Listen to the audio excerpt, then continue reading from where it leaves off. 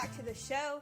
I've got Jeremiah Stewart here. I understand, Jeremiah, you have a hobby? Yes, my hobby is blacksmithing. I started the summer before I left for college. Blacksmithing is the shaping of heated metals into tools or artistic shapes or even weapon. It involves a forge that has to get flames over 1,000 degrees so that it can heat the steel enough so that it can be bent with a hammer on an anvil.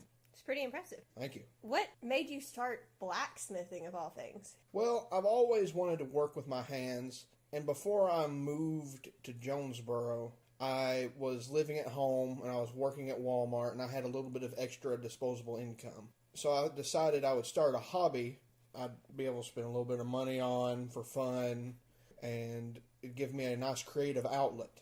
So I decided blacksmithing would be something unique and interesting that I'd always been fascinated by, but had never thought about doing myself.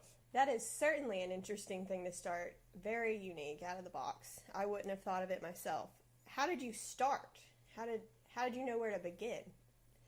Well, the internet is a great resource. I looked online at different hobbyist blacksmithing websites. They have a lot of starter guides there. They told about a book that I got that told about the very basics, where to buy things and how to put together a forge and what tools you need.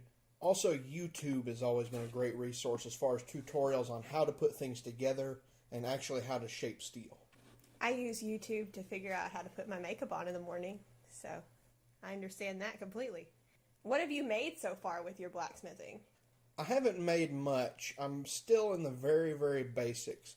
Basically, all I've done is made pieces of rebar a little bit longer and thinner at the end. I've also punched a hole through a railroad spike in hopes of someday turning it into a tomahawk or a hammer or something. I don't know exactly where I'm planning on going with it, but it's fun just to move steel with a hammer. Seems like it'd be very good for exercise. True. So what do you plan on using this blacksmithing skill for in the future? I hope to learn to make tools. I hope to expand my skills and maybe make artistic decorations and just metalwork that you see, like railings, maybe a door knocker, just little things. I don't plan on really making a weapon or anything of that sort, but tools and art, I think, are probably the best outlets for blacksmithing. It allows one to be creative, but also usually pretty functional.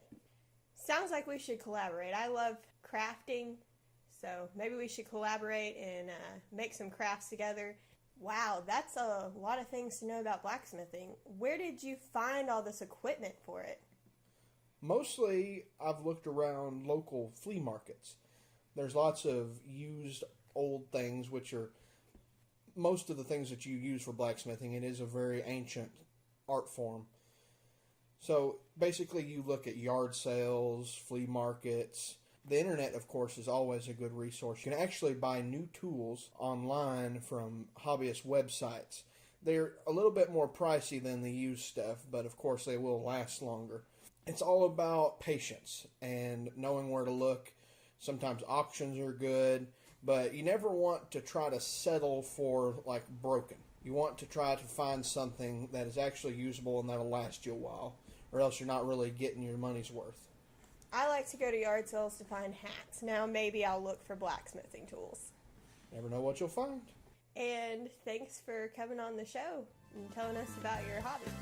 Well, thank you for having me. Coming on next, we've got someone telling us about beach balls.